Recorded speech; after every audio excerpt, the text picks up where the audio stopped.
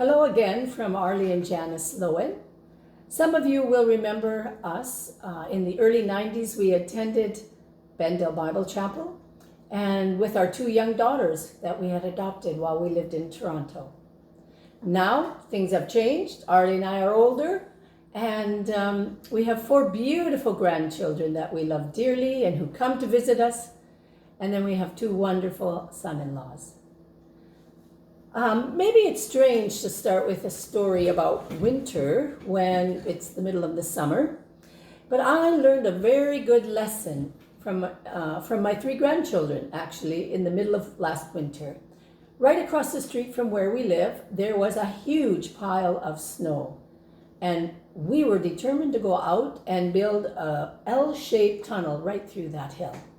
It was a lot of hard work. Arlie did most of it, but all of us pitched in, and eventually we had a tunnel. Our grandchildren were so excited to crawl through that tunnel. But eventually it was Grandma's turn to crawl through the tunnel. I was a bit hesitant. It wasn't that big of a tunnel, and I started crawling through. About halfway, I suddenly felt a panic rising up in me. What if I get stuck in there? What if I can't get through? I started pushing my way, actually crawling through, and when I rounded the L, there was the light at the end of the tunnel, and I was encouraged to keep pressing on. You know, during these days of COVID, I would imagine most of us had times where we felt panic rising up in us, whether it was because of physical needs or emotional needs or even spiritual needs. Yeah, we're not made for living in tunnels, and we're not made for living in lockdown, are we? Clearly, this season has not been a normal season for us. We are social beings, and we're made to relate to each other and experience unity. But if we think of it, we in the West, we are actually quite separated, and we're tunneled already in our cultures. We live in our small nuclear family units, and seniors are separated or tunneled off in their own senior homes. It's also convenient. Though this COVID season, we've suddenly seen how very complicated it all can become. But I would say that even in the past several decades, with the advent of the digital world, we have become separated even more. You will see a couple sitting together in a restaurant, and both of them lost in their own digital world. I've read of restaurants that actually ban the smartphone when clients come to enjoy meals, because the restaurant wants the people to come and enjoy fellowship and food together. So what's the problem here? It seems like we find it hard to relate and socialize with each other, and we easily fall into the tunnel. And the cell phone has made it even easier. It's the easiest company to have, isn't it? Yeah, I find even working at a school, there are times when you can see a whole row of kids sitting together, but each of them on their cell phones, not relating to each other. And yet we starve for relationship. We want to be with others. And this year, during all of this social isolation, it has increased this need, this deep hunger to be with other people. For some of us, it's been almost a physical ache, longing to visit together. Now, granted, there are some people who don't find this a problem. You know, they find it hard to relate and socialize, and they actually find it encouraging to have extra time, not to be forced to go out and socialize all the time. And we need to respect those people. Well, today we want to have the Lord's Supper as we see right before us, though we're going to do it virtually in social isolation, so to speak. And it's a sad irony that we will celebrate the ultimate demonstration of fellowship and the inauguration of the new Christian community, as we will see, who eat together, but we'll do it in isolation. But we do not lose heart. We come together in spirit and in hope that we will soon be together in person. So Janice and I want to share thoughts from the Word and also from our experiences with Afghan, Iranian, Pakistani culture about community, and see how communion speaks with life with God and also life with each other. So we will look at the bread, and we'll look at the drink, and then the meal as a whole, and see what we can learn from these elements. So first we want to look at bread. And, bread is special in most traditional cultures, I would say. In some cultures, people don't say, let's have breakfast. They'll just say, or they won't say, let's eat. They just say, let's have bread. And so for breakfast, they will say breakfast food. And for lunch, they will say noon bread. And for supper, they'll say supper bread. So you have breakfast bread, noon bread, and supper bread. It's all bread because bread is the staple or the primary food. It's the source of nourishment. I guess in other cultures, in some cultures, it would be rice or potatoes, but that's the staple that forms the basis of any meal. I remember after Arlie and I had been married, we actually had met over in Pakistan. That's right. And we were going to go back now and work among the Afghan refugees in Pakistan. We were very excited to go back and fit into this community. And we know there was one thing we could do to get into that culture, and that was through hospitality. So we invited a family over to our house, and I made a great Afghan meal. We sat around the tablecloth on the floor, and before we even started to eat, one of the men said, "Where's the bread?" Well, there was plenty of rice and meat and salad, but I had forgotten to bring the traditional Afghan flatbread, which is very important. Afghans would say they aren't actually satisfied until they've eaten a little bread. But it's also, they have a high respect for it. They see it as the source of life. So if a piece of bread falls on the floor, they would quickly pick it up, blow it off, sometimes kiss it. They protect that sanctity of the bread. And they never would just throw bread into the garbage. They would keep it, they'd let it dry out, and they use that source of life then to feed animals. And as we've traveled, we realized in a lot of European countries, bread is important and it's the staple of life. Yeah, so bread nourishes, bread gives life. And as Janice has said, bread is almost sacred. The Jewish people back in Jesus' day, they had this fascination with the manna bread that they remembered from the story of Moses. They remember how Moses had given their ancestors bread from heaven. And they believed that the storehouse or the treasury of manna from heaven, it would open again in the age to come. And so they waited for that new age to come when they would again have that bread. And one Jewish commentary on manna said, as the first Redeemer, that is Moses, caused manna to descend, so will the later Redeemer cause manna to descend. So when will that Redeemer come? When will we again eat the bread from heaven? So Janice, can you read that text where Jesus speaks about the manna from heaven?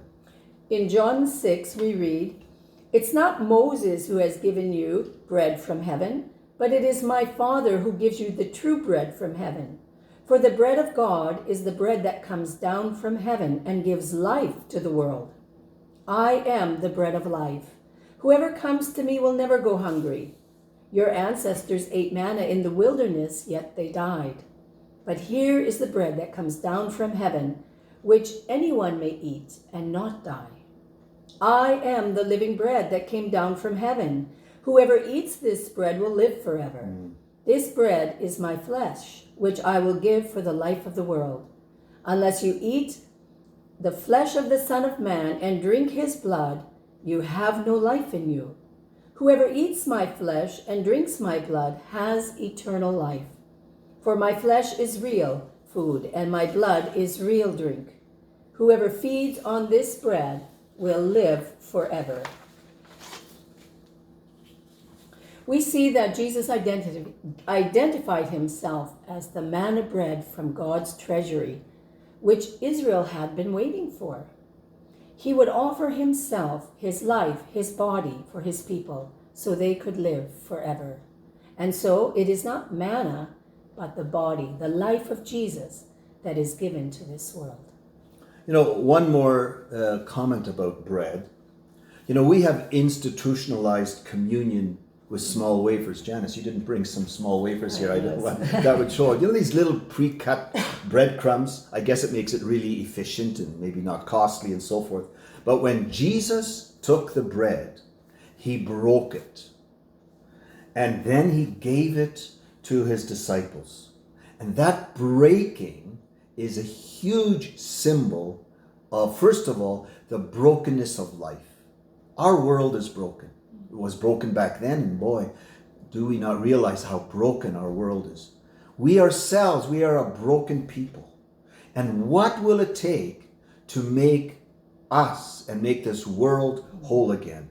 And this broken bread, first of all, represents the broken world. But then, more significantly, it represents Jesus, how he suffered, how he took on our brokenness, the brokenness of the world, and he became crushed. He was crushed and broken in sacrifice so that we could be made whole, be made complete, and be restored.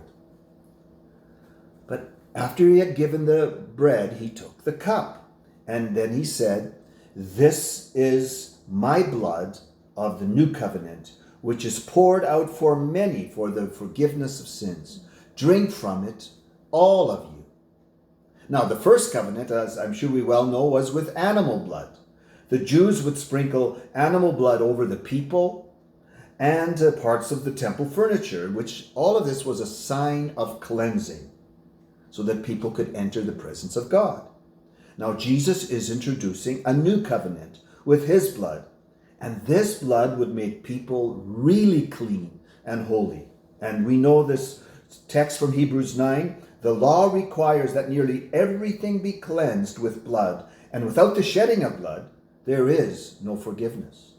Now, for 21st century people, it's kind of hard to get our brains around this concept of blood. How does blood make us clean, Janice? Yeah, I think for us today, the thought of using blood to make something clean, it just doesn't make sense to us. After all, in our culture, we talk lots about contaminated blood or blood stains. How are we going to get that stain out of this? And yet, you know, when we look at the medical world, they also take lots of precaution not to touch blood, wearing gloves and other things. They don't want blood to touch you either. Yet, when there's an accident or a sickness, suddenly we give blood so that that person might have life and be saved. And Red Cross, when you go, they have to donate blood, they have a saying that says, "Give the gift of life." So when I give blood, it's like giving part of my life. That is what Jesus did for us. When he gave his blood, he gave his life for us and forgiveness. You know, it's interesting in our Christian theology, in our traditional Christian worship, we use the term blood regularly. And it's become quite a cliche. We say cleansed in the blood, washed in the blood, power in the blood, overcome by the blood, freed by the blood, and so on. And to explain each of these idioms and the various aspects of the atonement of Jesus, well, that we'll leave that for another study.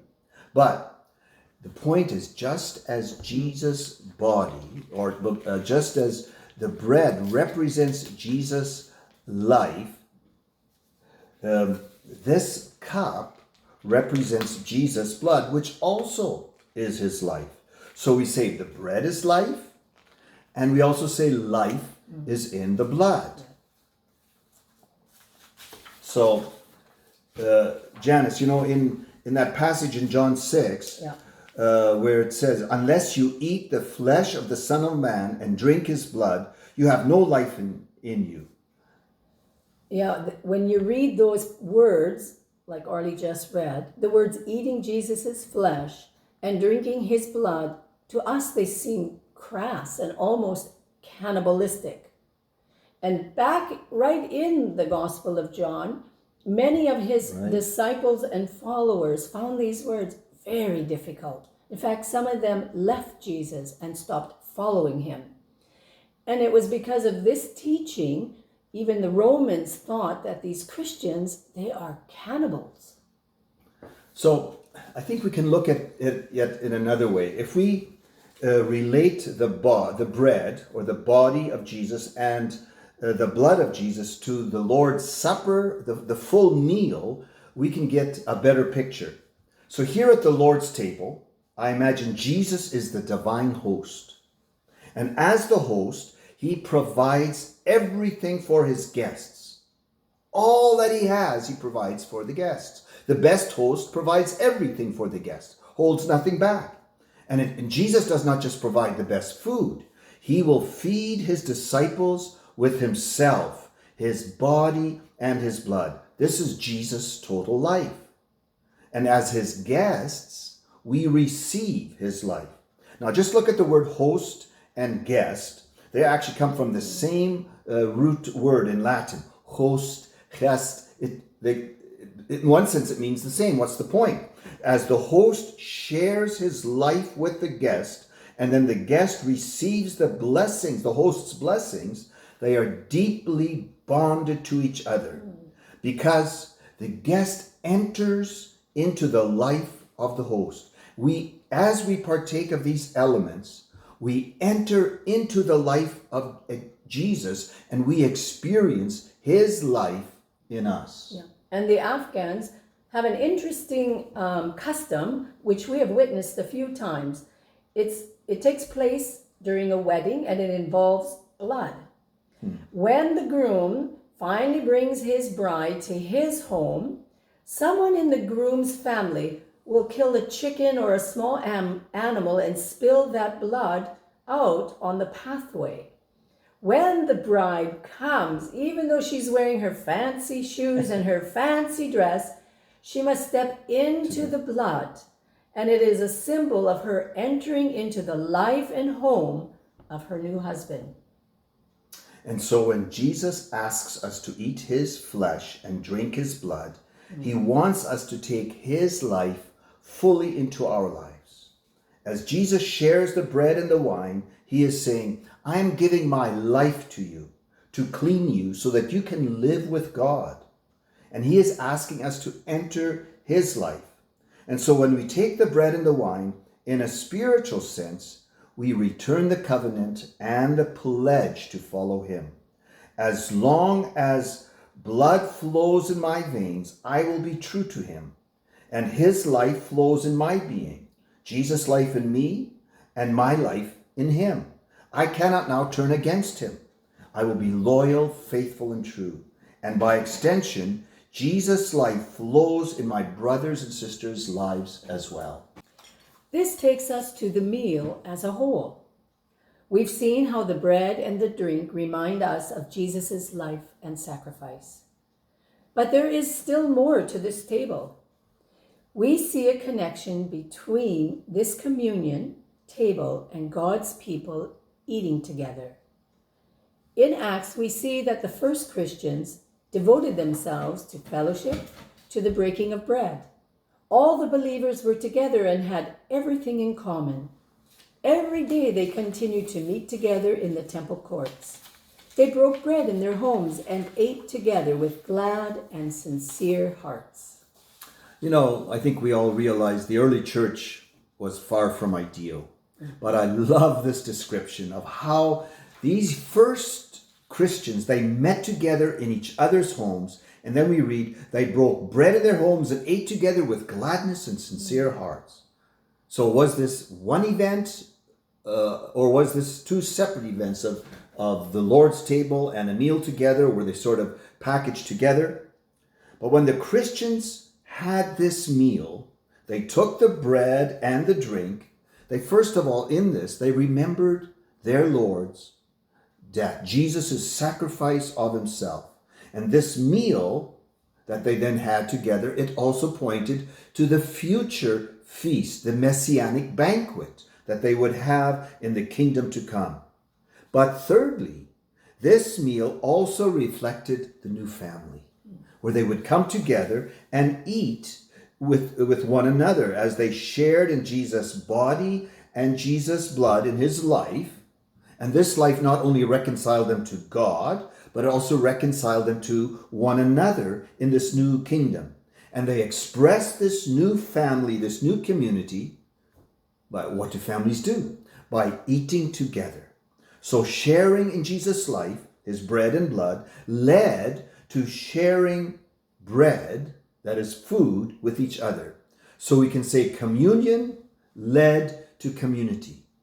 Or we could say that atonement leads to ecclesiology. And Paul then, when he writes to the first generation church in Corinthians, he writes about their communion service, when they would come together to eat and remember the Lord's death. So in 1 Corinthians 11, he uses this phrase, come together, I think at least 4 times.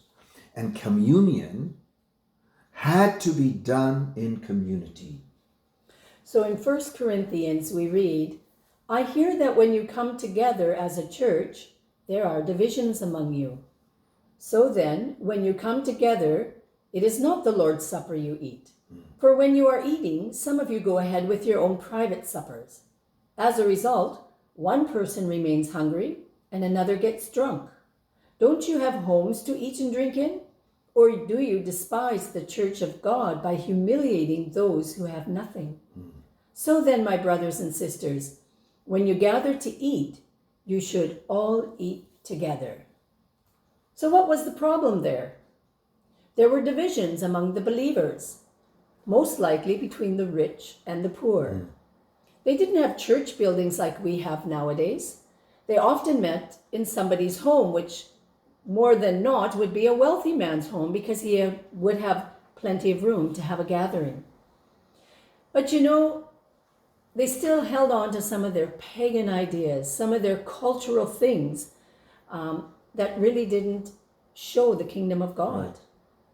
The rich would eat in one room and indulge in fine foods and all kinds of wines, but the poor people, they would either have to wait or they would eat in a separate room where they would have a much poorer quality food given to them. Or sometimes they just looked on like the slaves did. But just as communion would show the world that believers from everywhere belong to Christ, so proper eating together would also show the world that the church belongs to each other. They were one family.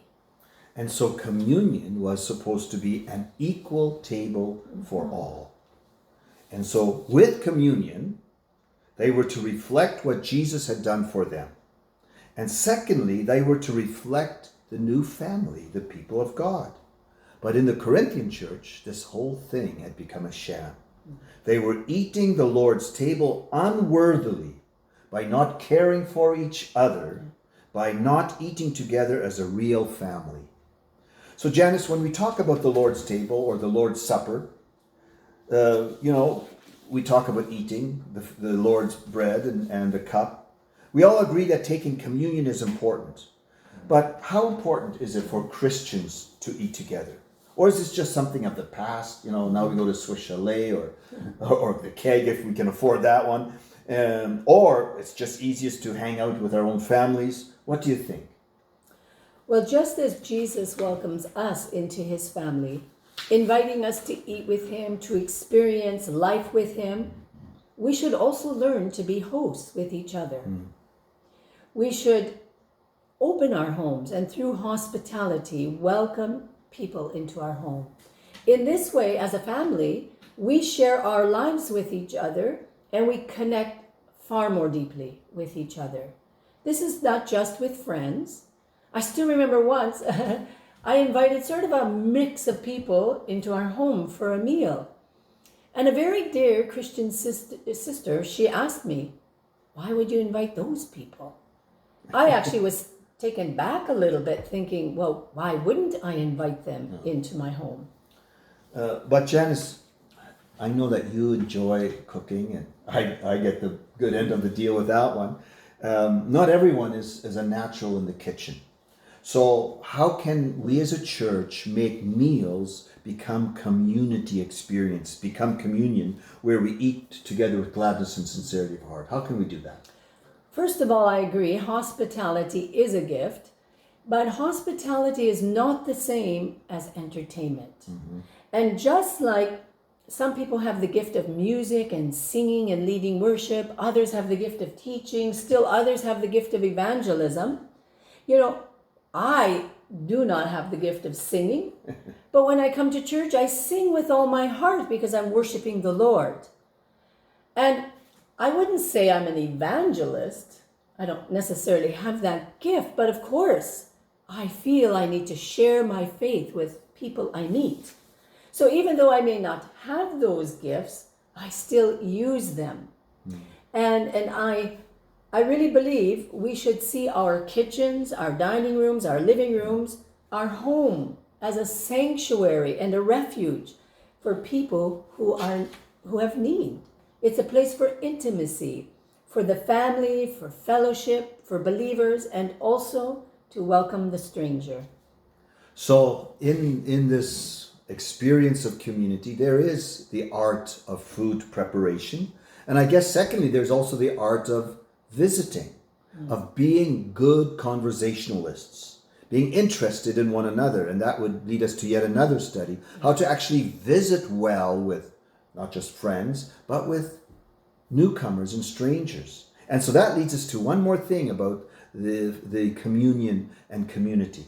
So eating together, I believe, has a missional component to it as well. We were strangers, and God welcomed us to his table.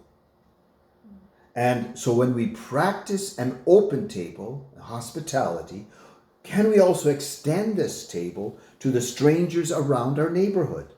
That's actually what the word hospitality means. Philoxenos. Philo, that is love. Xenos, the stranger. We love the stranger. So when we express care for each other as believers and we share food with one another as the family of God in our homes, and I trust with gladness and sincerity of hearts, it's just one more step to love and receive strangers into our homes as well. And we would like to leave you with a challenge. You know, now that summer is here, at least here in Manitoba, some of the restrictions are lifting and we can have up to 5 to 10 people in our backyard at a time. And I don't know what it's like there in Ontario, but we would like to challenge you sometime during the 2 summer months to invite not only family and friends, but to make it a strong effort to have at least one new family, a stranger, into your backyard and welcome them into your life. And I'm pretty sure you will be surprised how even non-church people are just hungry for friendship, for relationship, and feeling that they are a part of something. And so I challenge you with that. I thank you for joining Arlie and I in our home here in Manitoba. And know for certain that if you are traveling to Manitoba, we would love for you to come and visit us. Yeah, that welcome is open. And I just want to mention, what Janice mentioned about the strangers coming to our home. I just imagine, just as you said at the beginning about being in the tunnel and being panicked, how many people feel tunneled, have felt tunneled. And now in this lessening of restriction, let's bring them in to our homes and they can experience the love of God in your lives and light at the end of the tunnel. So today, we will break bread in our individual homes. It'll be paradoxically in isolation, but I trust with gladness of heart, but with a tinge of sadness because we cannot meet together and eat the bread and drink the cup together. Communion in isolation is a paradox, but we will declare these truths nonetheless. We will refuse to be isolated from God, and we will refuse to be isolated from each other. But for today, just read 1 Corinthians 11 or Matthew 26 from verse 26 onwards and share the elements of Jesus' life and receive his life so that you can continue to experience the life of God in your lives. Thank you for this fellowship, this time together. God bless the people of Bendale. Amen.